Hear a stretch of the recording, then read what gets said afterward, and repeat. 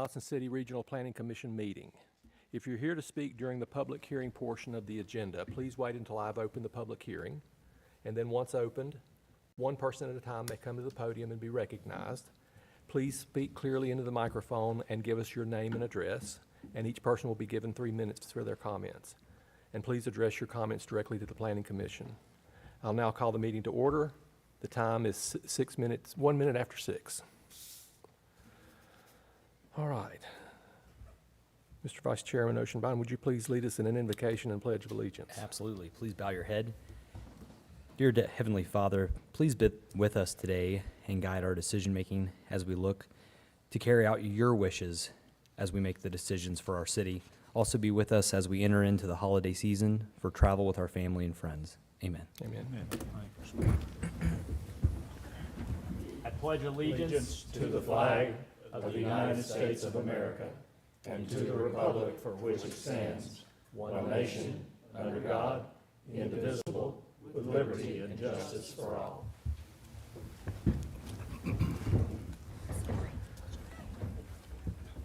Thank you, Mr. Oceanbine.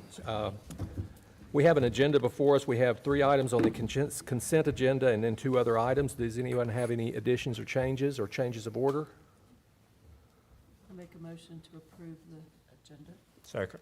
All right, I have a motion to approve the agenda as presented and a second. All in favor say aye. Aye. Any opposed? Thank you. We have the minutes from the November 12th meeting presented before us. Does anyone have any corrections? I'll make a motion to approve the minutes as presented.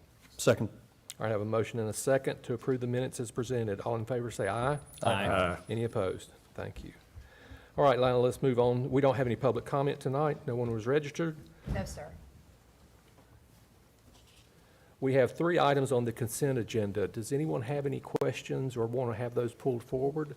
One is on Archer's Point Phase 1 bond reduction. The second one is a sidewalk bond release at Clearwater Phase 1. And the third is a Food City replat final plat. Mr. Chairman, I move for approval of the consent agenda. Second. All right, I have a motion to approve the consent agenda as presented and a second. Any discussion? Nicole, would you please call the roll? Commissioner Aldridge? Yes. Commissioner Cooper? Yes. Commissioner Dutton? Yes. Commissioner Goodson? Yes. Commissioner Kelly? Yes. Commissioner Williams? Yes. Vice Chairman Oceanbine? Yes. Chairman Dagenhart? Yes. Motion has carried. All right, our first item on the agenda for action tonight is presented by Ms. Riley Pudney. Podium is yours. Thank you.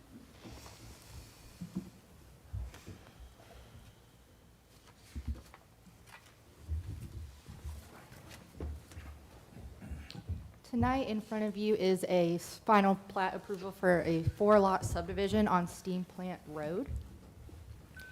To orient the commission, Boone Lake, it's along Boone Lake, and you have Steamplant and Watauga, I believe it's Watauga Road.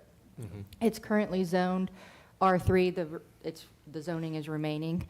And these are just some aerial views of it. It includes this area on the left and these 2 lots on the right that will be subdivided into 4 lots.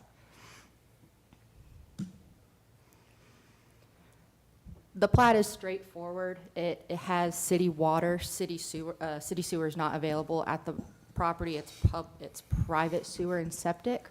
One note that staff would like to bring forward is there are 2 single-wide mobile homes on Lot 4 that will be a non-conforming use that will have to be removed within 90 days of plat approval. So that would be, if approved, it would be March 10th of 2025. So there is a note on the plat that those will be removed within 90 days. The property is zoned R3, so the subdivision does meet the requirements of the R3 zoning district with minimum square foot lots of 9,000 square feet. The remaining homes or structures on the buildings will meet the current setbacks, and there is an additional 20-foot right-of-way being dedicated to Steamplant Road, so that right-of-way is brought up to local street standards. So it will be a 50-foot right-of-way for the development or subdivision. Staff recommends approval of the Steamplant Road final plat as it meets the subdivision ordinance, with just the note that those two single-wide mobile homes will be removed by March 10th. All right, questions for staff? One question, how does that one note get enforced? So once the plat is approved, staff, myself, I have a note in my calendar to do a site visit by March 10th to ensure that those mobile homes have been removed. And if they have not, then it would be brought forth to code enforcement and they would issue a fine. Thanks. Could you move back to the sketch plat? Steamplant Road runs through the center of this property, correct? Yes, Watauga Road is adjacent and Steamplant is right through the property. And I can back up and show you the Google Earth, that is Steamplant Road. How does the road terminate? What It- happens at the, does it terminate at the end of this property? No, it keeps going. It keeps going. So if you see here, there's Watauga Road and Steamplant runs and picks up, I believe, I'm not sure of that road name, but it continues along into, Okay, I was having trouble telling on the plat. It was difficult to see that on the plat when you had it up a moment ago. Yes. Thank you. so it does not dead end. It does not end. Mm, Thank you. Any other questions for staff? All right. Any questions between the commission?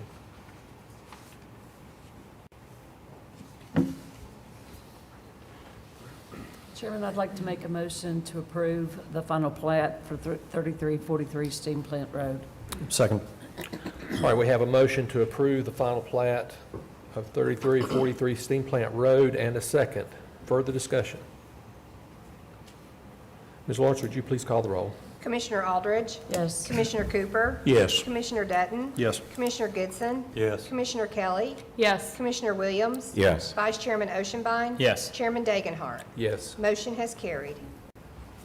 All right, our next item on the agenda. This is a Phase 2 final plat for Archer's Point.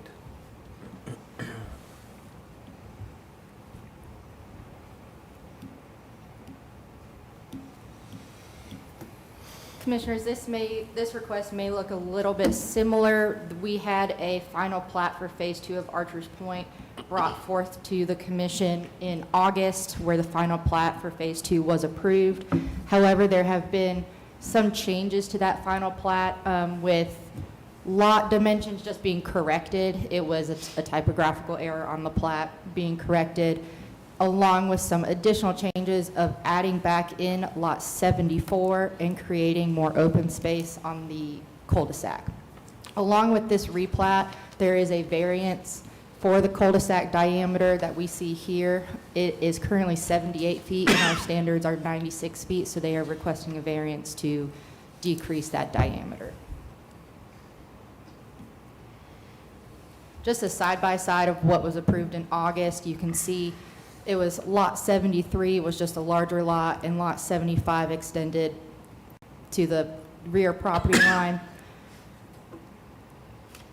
And now the replat with the variance request has lot 75 ending prior to the cul-de-sac, beginning the re-addition of lot 74 and the creation of open space that would be maintained by the HOA.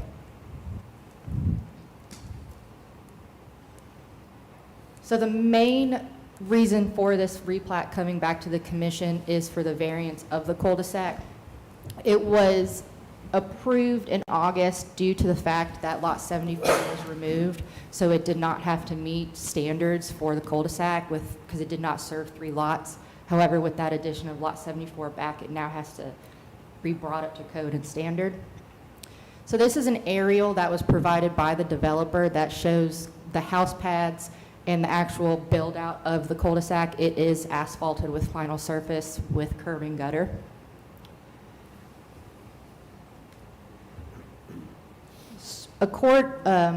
For section 1.6.2 of the subdivision regulations, a variance can be granted, and if it is granted, the developer can work with the city engineer and other city departments to ensure that it is brought up to an agreeable standard. In this case, the applicant, it was just constructed incorrectly to a wrong standard, so there was no hardship or topographical reasons for it to be constructed. However, along with the request, they have received a letter from the fire marshal stating that it would be agreeable to the standard that it is if there are no parking signs along the cul-de-sac and the curb be painted red. And those curbs would be maintained by the HOA. It would not be maintained, the paint would not be maintained by the city. And city engineering and public works stated that it is not built to standard, but will accept the variance if it's granted due to the fire department being agreeable to it, since that standard is needed and required for turnaround for emergency services and fire vehicles.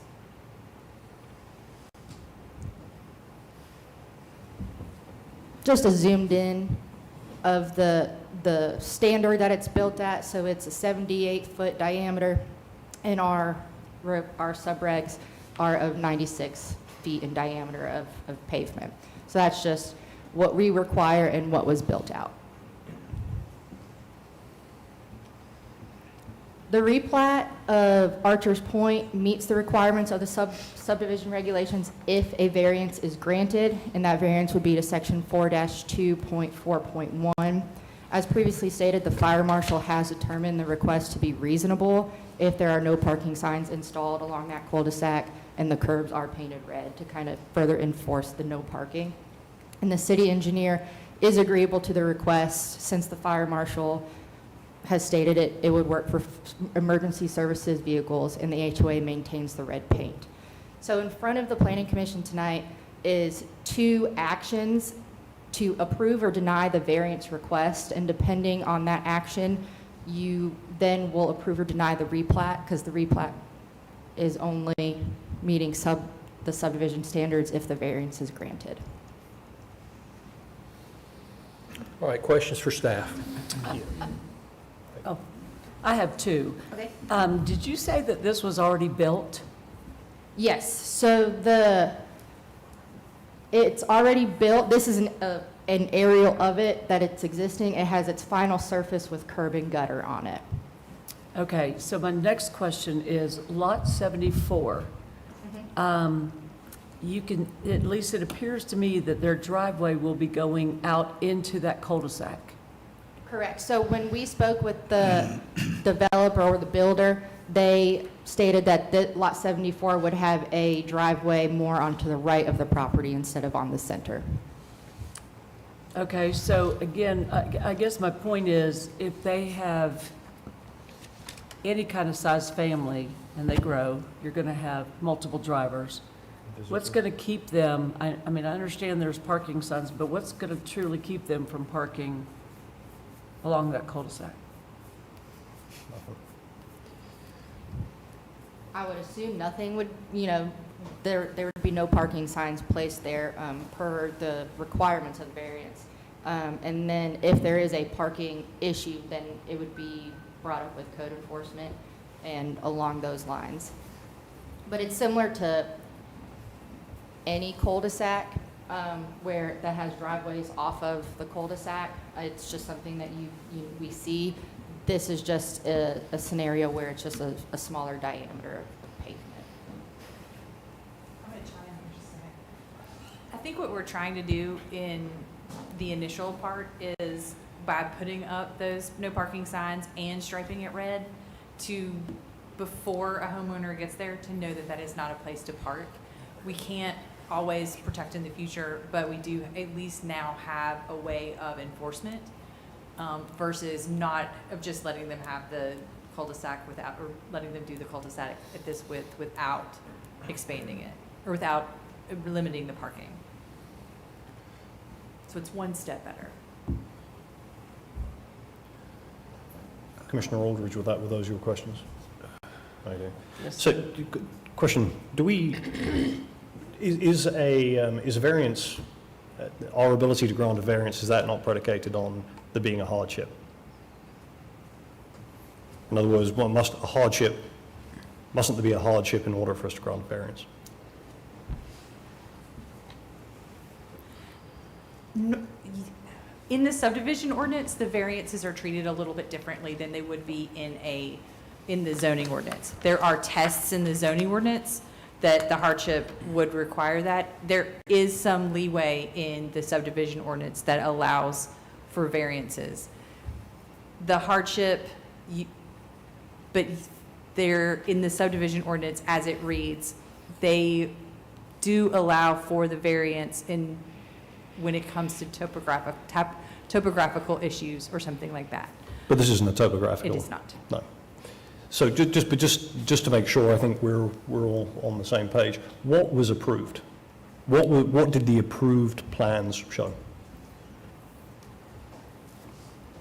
The approved plans had the existing, as it sits, the 78-foot diameter cul-de-sac, without a lot 74. So it did not have to, it was more of a turnaround rather than a standard cul-de-sac. Okay, So and the so additional lot- it's the addition of the lot that requires the additional, Correct. all right. Yeah. Could you explain to me just again why the additional lot changes the status requirement for the cul-de-sac? And it's no longer considered a turnaround? So that is related to fire code and the number of homes that can be accessed with a cul-de-sac. And we do have our fire marshal here tonight, and he may be able to further expand on the fire code regarding units and cul-de-sacs. Sir, could you come up, please? Yes, sir. Thank you. Could you help me understand a little bit differently why the addition of the additional lot made a difference? Well, when this came up, it was originally serving 2 lots, theoretically 2 homes. With the addition of the third requires a full cul-de-sac so we can access that and then make the turn with our fire apparatus. Honestly, when this came from planning, it was already built. I consulted with the fire chief, and given that it serves a limited number of homes, there's not homes all the way around the cul-de-sac, and the distance from the final street there, we're not going to have all our fire apparatus piled up in the cul-de-sac. So we agreed to the variance based on the fact that it's already there and it serves a minimum number of houses. But technically, the third house does kick it into the standard cul-de-sac requirement.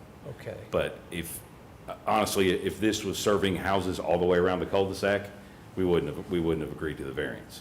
But since it has a limited number of homes and that section of street is not extended, it's not 300 feet, 500 feet, it doesn't really present an extreme hardship for us as it would if it had 6 houses on the cul-de-sac and the road was 400 feet long and we didn't have anywhere to turn around but that cul-de-sac. Can the fire truck make that turn around that cul-de-sac? It can make a multi-point turn. We prefer to be able to not have to back up.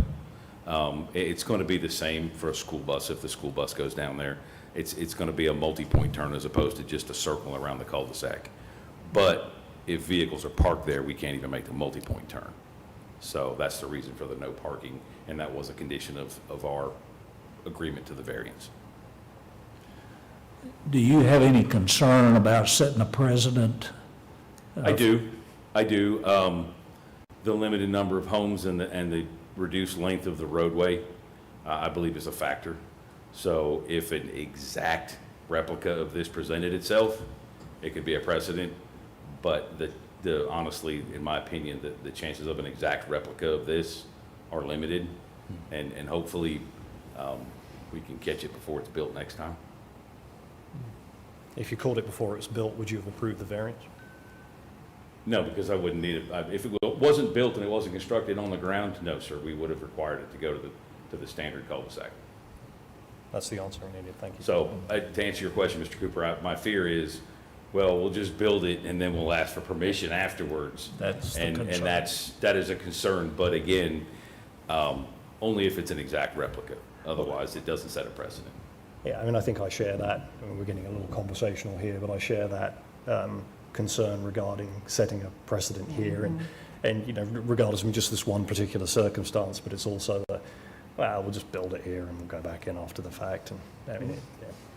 Well, and whether it's exact or not, somebody's got 4 on the cul-de-sac and the street's another 50 feet long, or, to me, it's a can of worms. I agree, and it is a concern of mine, because if you give an inch in this circumstance, the next one's gonna want 3 inches, and on down the road, so it is a concern, but in this circumstance, again, it's a limited number of homes, and if it's a medical call, we're only gonna have 1 engine.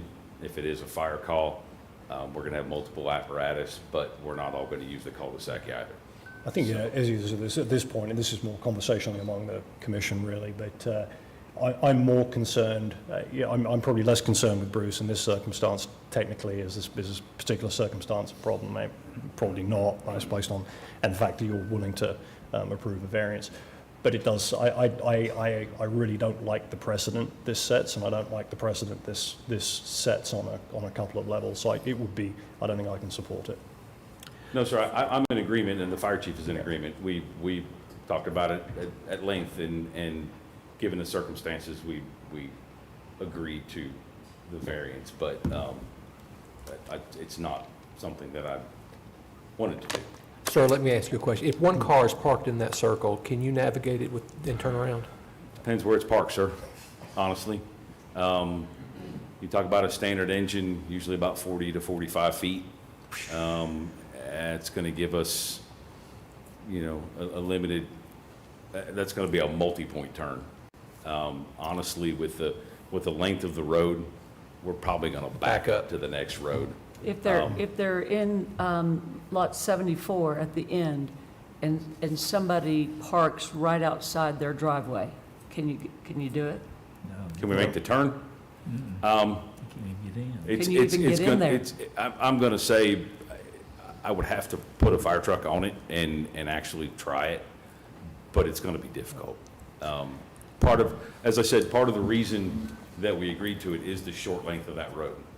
If it was a great length and we didn't want to back up that far, that would put a different perspective on it. But given that we can back up 2 lots and turn the truck around that way, because it is a short section of road, we were a little more agreeable to it. But it's not ideal, but in this circumstance, we took into account the number of houses it serves, and it's limited. Because actually, the other lot is going to front on that other street. Yep. So we're not going to need the cul-de-sac for that. We're only going to need it for those 2 houses. But technically, there are 3 houses on that cul-de-sac. And I think it's different. We need this, you're looking at this is because of an addition of a lot. If you take that additional lot out, there's more frontage there, there's more space to park, you're going to have less density of traffic, or less density of parking there if you have it. I think there's a lot less risk for that. I think the regs are in place for, that reg is relatively well thought through. It's there for a reason.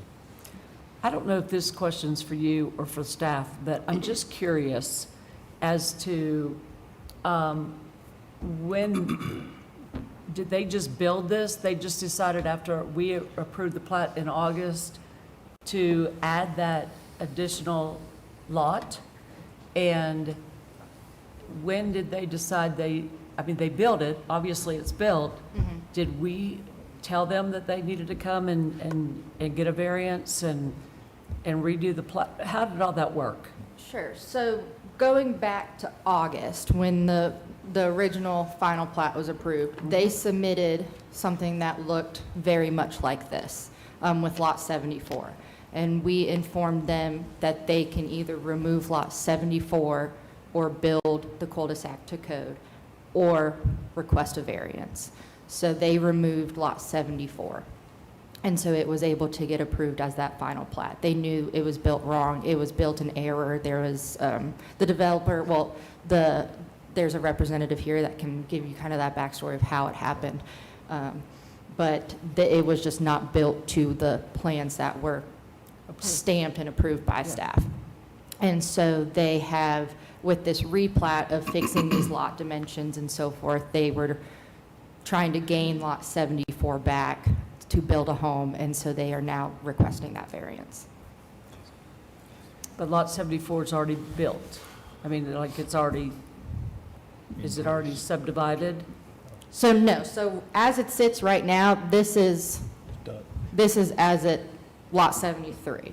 And Okay. so the aerial is It is just, there's no pads, there's no building pads, so it is just this would be lot 74 right now if you take this house off. Okay. So it's just dirt.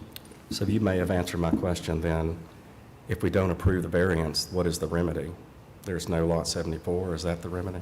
So there's options for the developer, but if you do not approve the variance tonight, then the final plat would have to go back and have lot 74 removed, or they could rip up the pavement and build that to the code, the standard. I mean, they would have to redo the cul-de-sac, right? Yeah.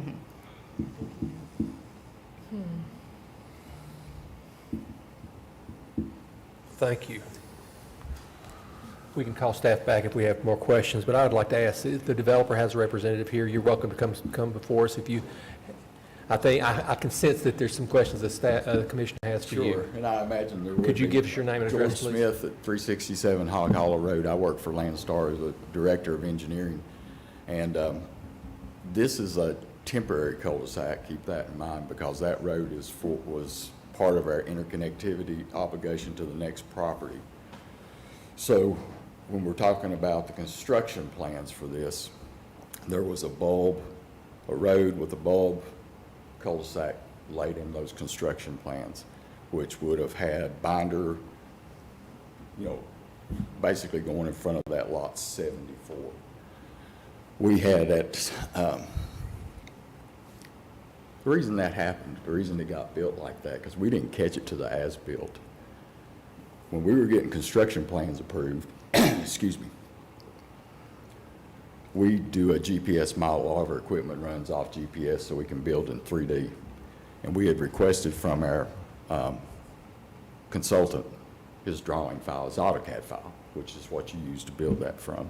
And he sent us his AutoCAD file, but at that point in time, there was still some discussion with staff about how those interconnectivity roads would work and how this temporary cul-de-sac would work at this point.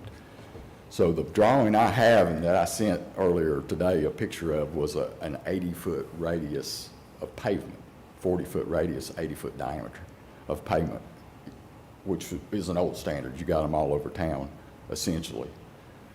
So when we did a little bit of redesign to make it a P instead of centered on the end, that was using that drawing we were given. But the PDF clearly shows the bigger radius, but we didn't catch it. When we got to as-built stage is where it was caught, and by then the lots are built, the pavement's in, we put curb around it to make it look better.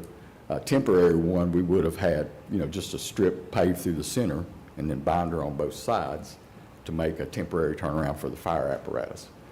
So that's how we actually ended up there. Our construction plans that we started from showed 80 foot of pavement, and so that's what we put in our model, and that's what we built for whatever reason. So if you look at the upper road on that, if we could go back to that. Yeah, to the Plat, if you could, because that maybe make that right there.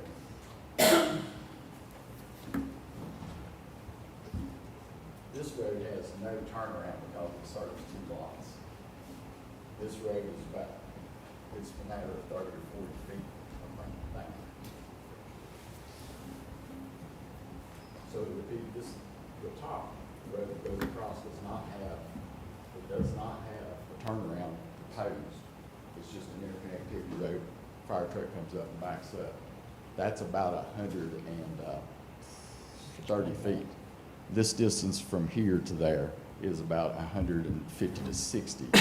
So this cul-de-sac's actually more than we would, do up here. So it's actually extra work for the temporary cul-de-sac. We put a lot of effort in it.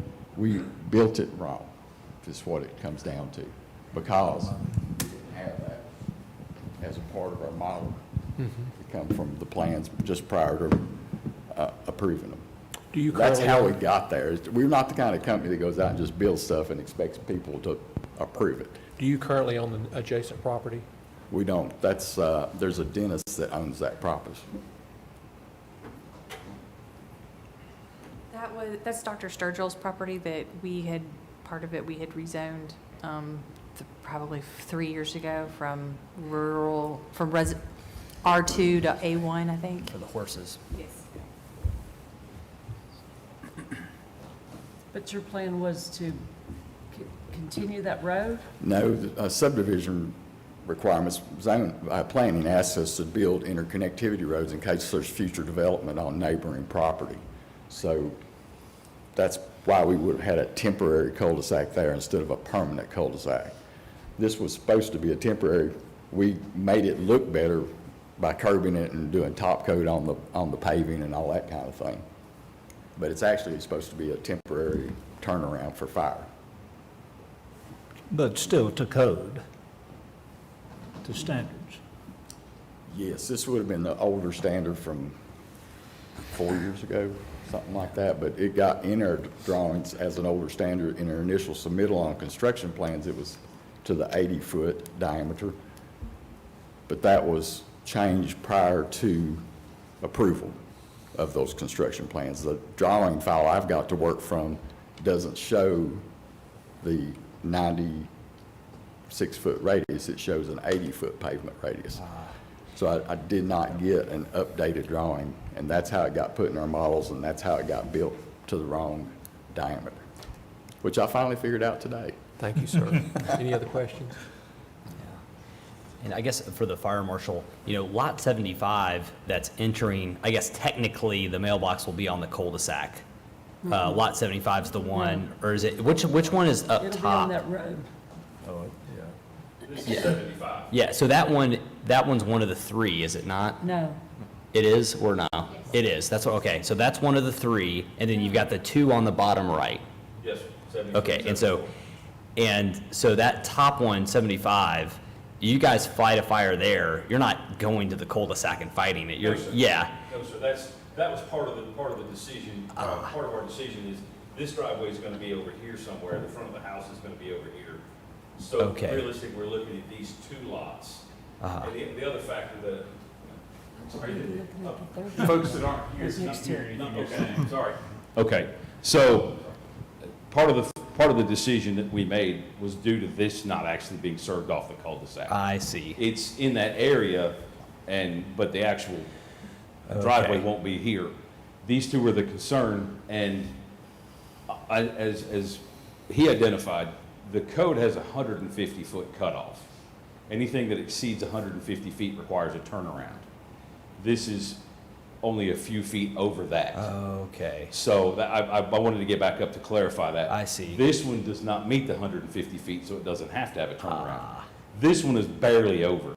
That's why I said if it was 300 feet long, I would have recommended the chief not approve a variance I see. or not support a variance. But given the short distance, if it was 10 feet shorter, it wouldn't need a turnaround anyway. That makes a lot more sense now. So Thank you. I wanted to make that clear. It's not a major hardship because if it was 10 feet shorter, it wouldn't need a turnaround Would need anyway. to turn around anyways. Okay, I got hope it. that helps. Yes, That helps thank a lot. Thank you very Fire much. Marshal. Additional questions?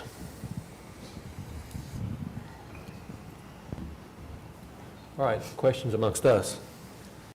My biggest struggle is setting a precedent. And I thank the fire marshal's office for taking this situation into advisement and offering a variance, but I'm just afraid, I know it's 2 or 3 feet, but who's going to show up and it's 1 foot or it's 5 feet, and we've got the same debate, and the fire marshal's got to deal with the same issues. That's my concern. That's certainly understandable. Yeah, no, I agree. I agree completely. I think it's, and we've heard, this from the fire marshal's perspective, this is something, the reason we're looking at it, we're trying to be supportive in looking at it because it's been already built. If it wasn't built, we wouldn't grant that same variance. I too, I worry that the thing that concerns me most is the precedence, not that we shouldn't grant variances from time to time, but there should be a reason for it. There should be a hardship for it. Otherwise, it's a slippery slope, and where do you, that's what will get us in trouble from a disparate treatment perspective is when we do something in one instance and don't do it again in another.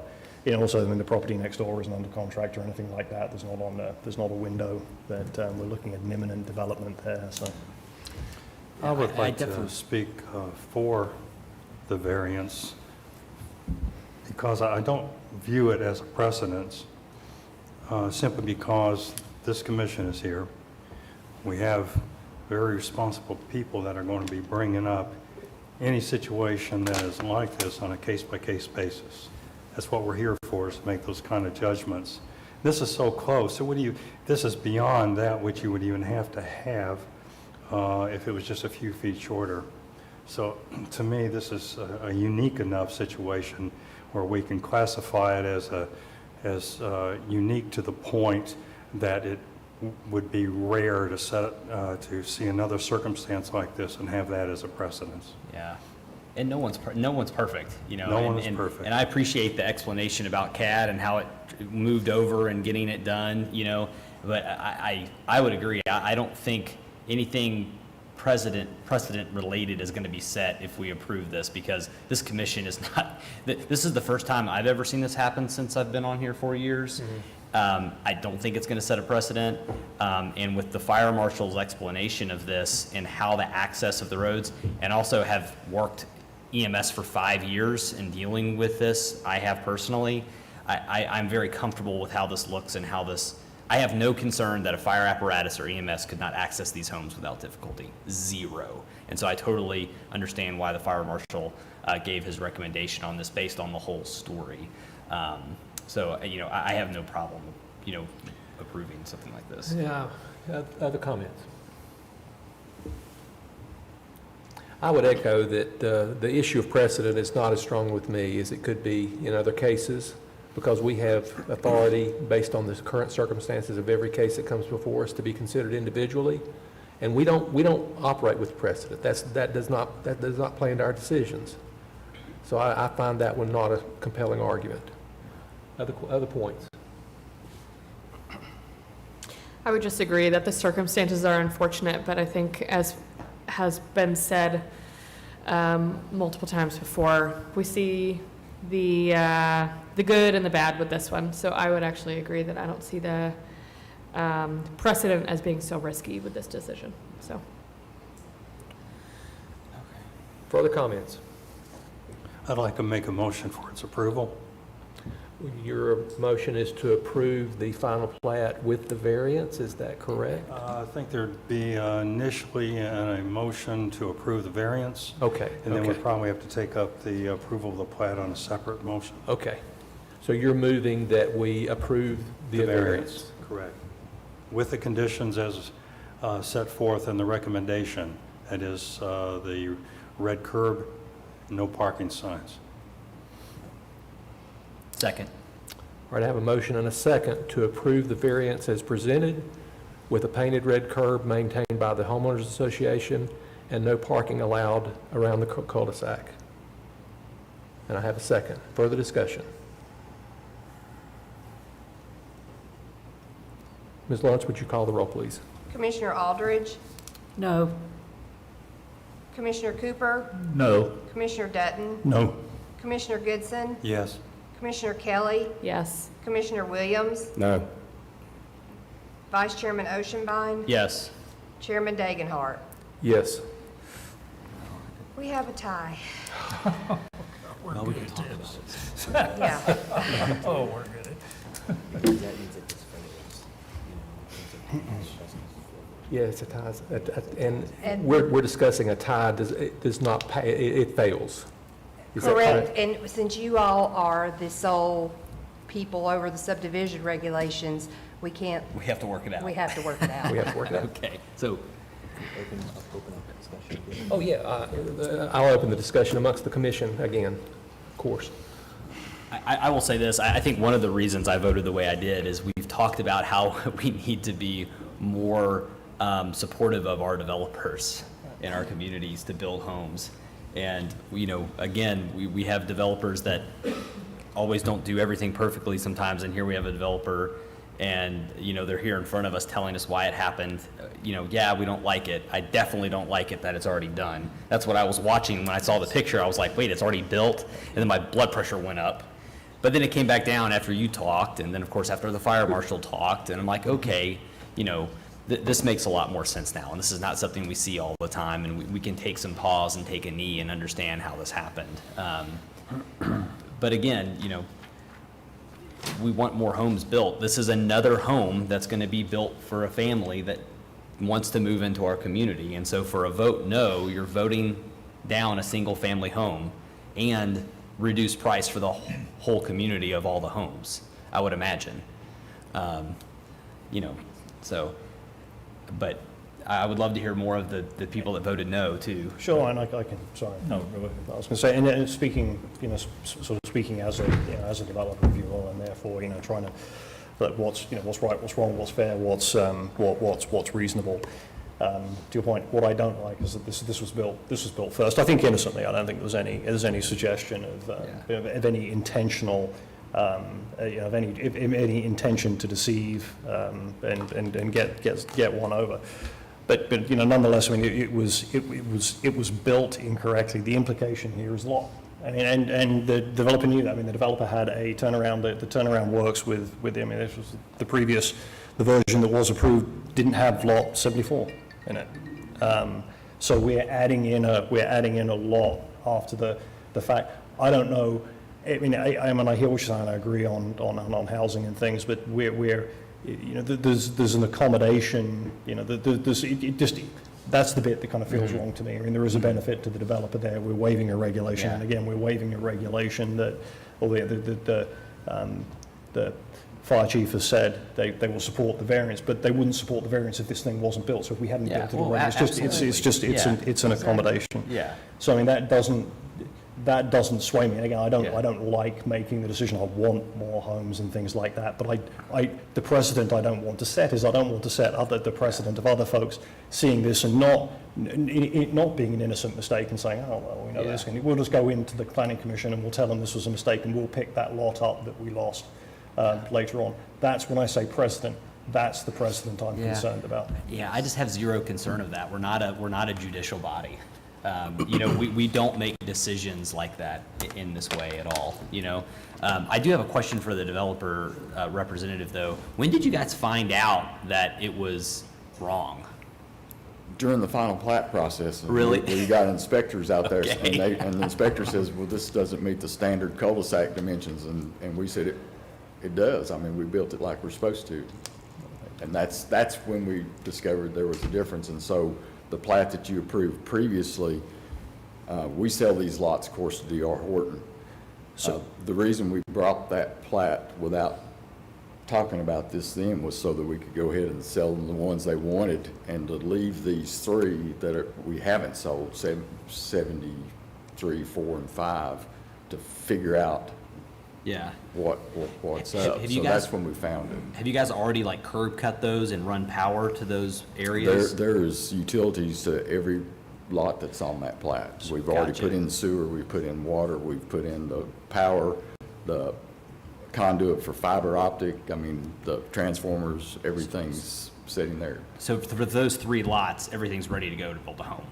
Yes. I have a question. Is there any impediment to you guys going back, and what's the additional diameter that would be required? So it would be 8 foot all the way around the cul-de-sac, which would then push into that lot 75 that's accessed off the vertical, the road runs up and down the hill. So you can't increase it? I can't increase into it. I would have to buy property, hopefully from our neighbor, the dentist, in order to be able to push it farther to try to build a bigger cul-de-sac past our current property line. Is that keeping lot 74 in place or not keeping 74 in place? Conceivably, we could buy property, push that cul-de-sac farther into our neighbor's property, But that's keeping lot 74. That would keep, yes, that would keep lot 74. So to go back to what we approved in August, that met all the codes. Where you just had 73, you didn't add the 74. I didn't have 73 and 74. The construction plans had 73, 74, and 75, like this plat shows. The plat we approved in August just had 73. Is that not true? Yes. So Right. we did not approve 74. So you guys Correct. didn't update the CAD, I guess, is that what happened? For the cul-de-sac. For the cul-de-sac piece. So I guess to Or for the Ms. lot. Commissioner Tunbridge's point, I guess, when we approved the last plat, it was only at one lot, and now it's two, and you're saying that it basically, there's a mix of the wires there, I guess, on y'all's end with doing the lots. Basically. I mean, the Long story cul-de-sac met the code, right? When we approved it in August. No. Is that not right? So what we approved in August met the requirements for just a turnaround, it was not built to a cul-de-sac standard. They submitted the construction, so the preliminary plat had lot 73, 74, and 75 with a temporary turnaround that met standards, our standards. The construction plans were approved for 73, 74, 75 with that turnaround built to standard. I believe what George is saying is their CAD file was not the approved file by staff. They weren't given the approved file by whoever supplied them their CAD file. So that was preliminary in construction. When they came to get phase 2 final platted, it was at that time where everyone was just like, it's not built to standard. In order for you to continue to go on the August Planning Commission with what you're presenting with this exact turnaround, you would have to remove lot 74 or build it to standard. So to get a approved final plat so they could sell lots and start building, they removed lot 74 with the cul-de-sac has been built, this has been built since August when it was approved. And that's my issue, is the fact that we approved this in August. They're the ones who chose to add the extra lot to sell, and I just don't think it's right. I think they needed to adhere to what we approved in August, or they could have come back to us before they actually built it. Or they can modify the turnaround there to meet the criteria, which I think there's probably an engineering way to do it. Yeah, Mr. Smith, I'm surprised that there's not a way to rescribe that cul-de-sac. You might encroach on 73 and 74, and maybe even 75 to some degree, to get back to standard without acquiring adjacent property. Yeah. I know we're talking about dollars, and, that's precious to you, but it is your mistake. And I would note as well, that the plan that we're seeing here actually shows grading on your neighbour's property, right? It's within a setback. Would they not give you an easement for the additional width of the cul-de-sac? But you're already grading on his property, so you've either got a license or you got an easement of some description anyway, correct? We had a grading easement to put some stormwater down that side. We didn't have a grading easement to go over and build a cul-de-sac. No, understood, but I mean, that was something, And so from the tip of the cul-de-sac that you see right now, closest to the property line, it's only 5 feet to the property line. To add, essentially, we'd be pushing 16 feet from where it is now into his property. Go left and down. Yeah, if we come out, we're going to be substantially onto his property. And the cul-de-sac itself would be on the property. It wouldn't be just us grading onto the property, it'd be us building a cul-de-sac on it. Yeah, we can still do that by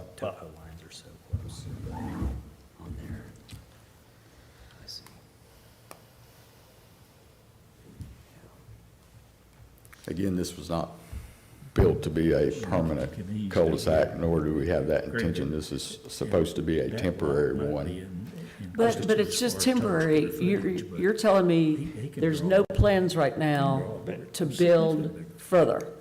I mean, I think you just said Dr. Sturgill owns that property. Yep. He has no plans to add a development or anything, so it's as temporary it's as permanent can be right now. And so that's what I'm not looking at it as being temporary. Yeah, I got you. Because if I there's a understand. fire or something, the fire department still has to get in there. And you look at that picture with the cars, I promise you, just go down any neighbor's street and there are cars all over the street. I think the difference in this cul-de-sac with it being designated a fire lane would be more where you have police presence able to write a ticket where you wouldn't have in a common cul-de-sac. You would have, it'd be like parking in front of a fire hydrant. How many police officers do you think are going to drive back there Yeah, in that they're cul-de-sac? not. Only the one that's called is what I would say Yeah. to that, only the one that's Only when called. they're, The chief And maybe by the fire department, you know, so. And that's kind of funny, because you know that person in that end bottom right lot is going to be lighting that phone up. Well, they're the one who's going to be, they're the one whose guests are going to be the using abusers it. of it. Yeah. Maybe, yeah. Absolutely. But I think even with that in mind, even if we can anticipate that lot 74 abuses the privilege of being right on the cul-de-sac and they're parked in front of that red line all day long, fire department would not have given the approval on this variance if they didn't still think that they could properly serve those two households. So that's what we have to keep in mind. I totally understand the precedent point of view. I don't think I'm not concerned about precedent here. My concern would be, can the fire department and the police still service those two households? And if the answer is yes, then I feel comfortable with that. But at what point do we, I mean, basically, in my opinion, we are setting a precedence, because basically, anybody could get a final approval and then decide that they're gonna change it. Whether it's a cul-de-sac or not, Well, it could be something else. Well, it's not even a cul-de-sac, just anything. They can change it, they can build it, and then expect us to approve it. And I just think that that's wrong. I mean, that's just my opinion. I agree 100% with you. I do. I just think in this particular case, in the length and how it happened and how it was described, it was not malicious. It doesn't sound malicious. No. You know, and I think, but what we're saying is, if we set the precedent of this, then maliciousness will start. And I just don't feel like that's going to happen. Not with this body. I just don't see this commission approving stuff like this in the future. If it you know. Because again, I've never seen this come to us before, not even once, not even a flavor of this. We were just having this conversation on the Historic Zoning Commission yesterday because of that same problem, because we let somebody do it and therefore word gets out and everybody starts doing it, and they do it without a permit and everything else. So I'm sticking to my guns because I've seen it. And I agree, and again, it's something that's somewhat reluctantly, but I think from a procedural process perspective, and just, you know, it's got to be a line somewhere. And, you know, I do think, I mean, there's an avenue. I don't know whether you need, you know, whether you can, whether an easement will suffice. That's a discussion with planning and, but, you know, streets and things. But there's a mechanism for you to figure that out, I think, with your neighbour. I don't think, I think the developer has a choice in this case. They can enlarge the cul-de-sac. There's nothing unsolvable there. The neighbour is clearly cooperative, or they lose a lot. I don't think we can conflate someone who is trying to slip something past us as opposed to someone who in good faith is attempting to comply with subdivision regulations. And because of the administrative challenges of engineering and code enforcement, finds himself under these circumstances. If a variance can't be granted in something like this, then I don't see any situation where a variance can be granted, because unique circumstances require, I think, thoughtful consideration to approve a variance where mistakes happen. I have seen stuff over the years, there are attempts to slide stuff by the Planning Commission. I saw one developer build in a setback, knowing he was doing it, and then came in and tried to get a variance one time, and everybody on the commission knew what he was trying to pull. That's what I mean. There's a lot of smart people on this commission. And if someone tried to pull that, I'd be all for it. I'd be right with you. But just simply because we're dealing with an administrative and engineering challenge that could not be overcome without a great deal of cost to the developer, it just seems to me that the variance should be granted. I'm trying to figure out why this, I mean, the bottom line was, in August, we approved the original plat. They're the ones who chose after the fact to build the lot 74. I mean, we didn't approve that. Could I get a They little? chose to build it. Yeah. And now, because it's already built, they're needing to get the final plat approved and a variance. That is not a mistake. Yeah, can I have That- a little bit more detail on that? I think that's a good point about how that exactly happened, because I think the CAD, and I know you've got all the GPS machines out there doing everything, but how does it go from the machines to the curb cuts to the fiber? How does it get that far Wait a minute. without missing? Well, before we do that, I'm not sure that's where she's coming from. No. I think that's a staff question. What we approved, did it have all three of the lots on it? No. It just had the one at the No. bottom right. Okay. It had the So one. that's her point. Yes. It doesn't have Oh, anything to 100%. do with the fact that their CAD, they made a mistake with their CAD That's, system. that's what we approved, Sean. Yes. And so the bottom line is, we approved that in August. They chose to put a second lot on there, number 74, without our approval. Yeah. Okay? Could I, yeah. And that is my issue, is that they're the ones who chose to do that without our approval, without the variance beforehand. They built it knowing we did not approve that. Yeah. And therefore, now they're wanting us to come back and approve it. And that's why I can't do it. I Yeah. cannot do it, because they should have, before they decided to build that lot, 74, they should have come to us then, before they built it, and asked us to revise the plat, or approve the final plat and the variance. And Yeah, I'm in 100% it has nothing agreement. to do with their mistake, CAD-wise. Yeah. It has everything to do with the fact that they chose to build something in Well, addition to what we approved. And that's my point, is if it happened without them choosing to do it, there's a big difference between them saying, hey, slide in another lot there at the end of the street, and them getting mixed up and somehow it's happening. So can you explain that again to me, just a little bit, how that got, an additional lot got built in there? So to clarify, that physical lot, the pad, the utilities, all went in when the cul-de-sac went in, according to our construction plans. We chose to not plat that lot because we had to figure out a way with staff to make it a legal lot. We chose to not plat the lot 74 and just leave it at 73 because the turnaround is not required to reach 73. The turnaround fire code requirement, we got up to 150 foot. This lot's 10 foot farther, the lot line, and so we chose not to plat the constructed lot, which was part of the construction plans, part of our original preliminary plats. Okay. We chose not to plat it. It's not that we went and built it after we platted the bigger lot. It was already built. It was already part of our construction plans. What we messed up was the cul-de-sac that's required if you have that lot. So in August, we brought to you a plat the plat on the left that doesn't have it because there was no required turnaround for lot 73. But when we add 74, there is a required turnaround, which we've constructed improperly, but we did construct. So the timing of that is not, we didn't come get a plat and then run out there and build another lot and try to. What triggered you to subdivide 73 from the final plat that we approved to add lot 74? When did you add lot 74?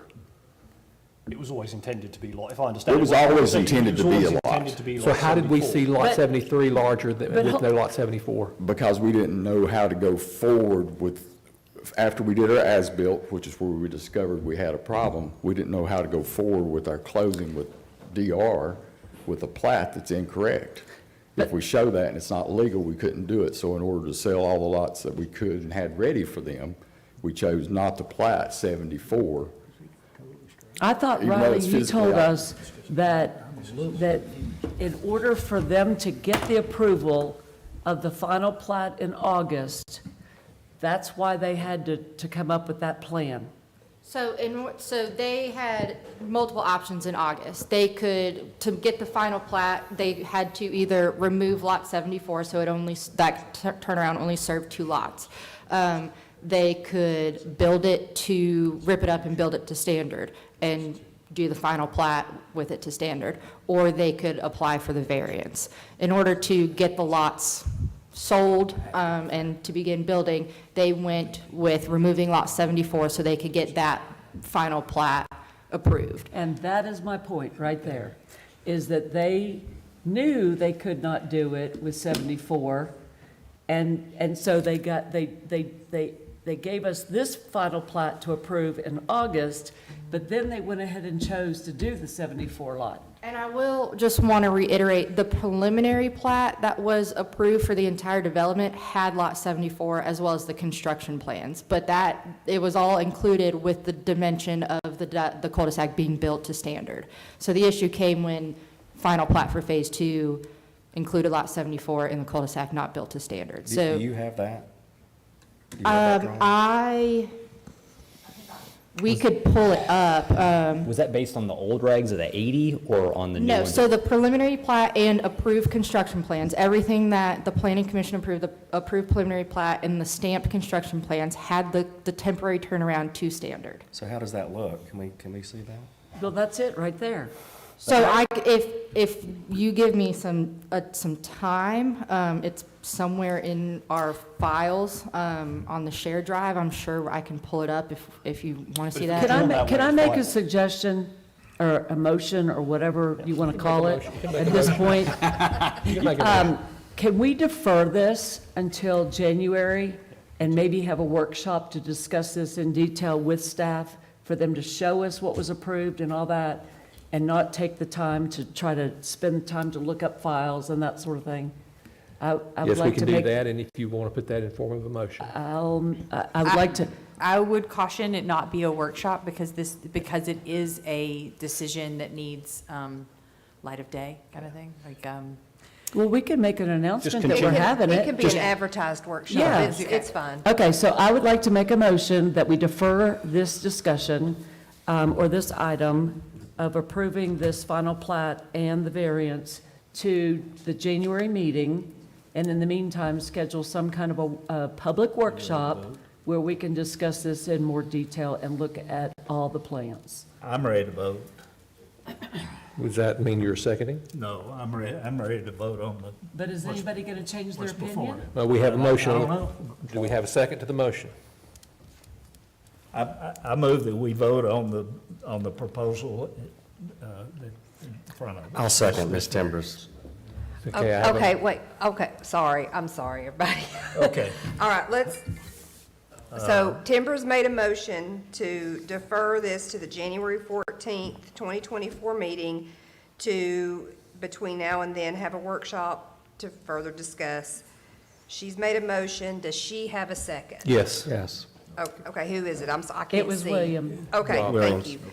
All right, so we are going to vote on But- that. But you know what, if everybody, if we want to do a vote right now just to see if the tie is broken, let's do that and not have to defer it. But otherwise, if the vote still comes back as a tie, I would like to make that motion formal. Okay, so let's go backwards.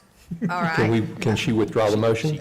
Yes, so you want to withdraw the I'll deferral withdraw the motion for motion now? until after the vote. Okay, so who would like to make I'll a withdraw my motion to move forward? Bob made the motion to I'll do the vote. repeat my motion. Whatever I Okay, say. thank you. Okay, and does he have a second? Second. Okay. Repeat the motion, please.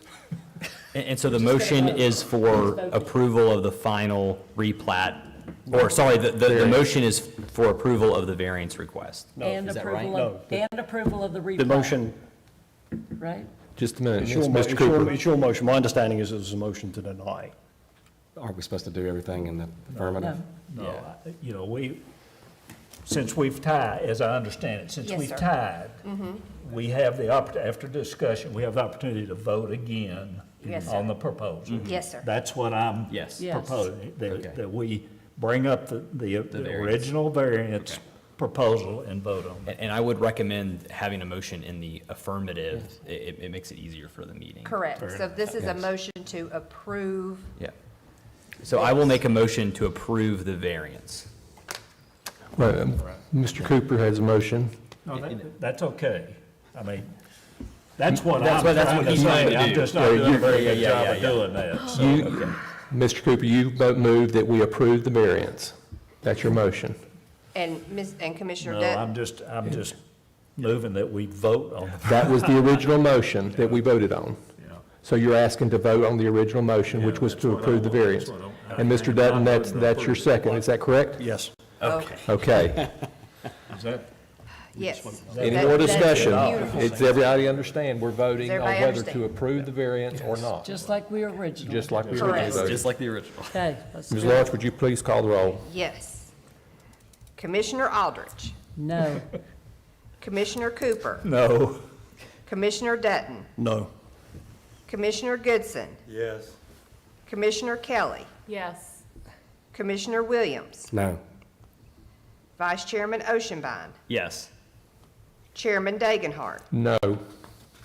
Okay, we Oh. have now, motion to approve the variance has failed, which is final because you over the subdivision regulations. And that also means that the Sorry, replat but- also doesn't come for us, so. That is correct, Ms. Lawrence, there is no replat vote, because there is no plat to vote on. That's right. Correct. So what, I'm just curious as to what happens now, Riley, since it's already built.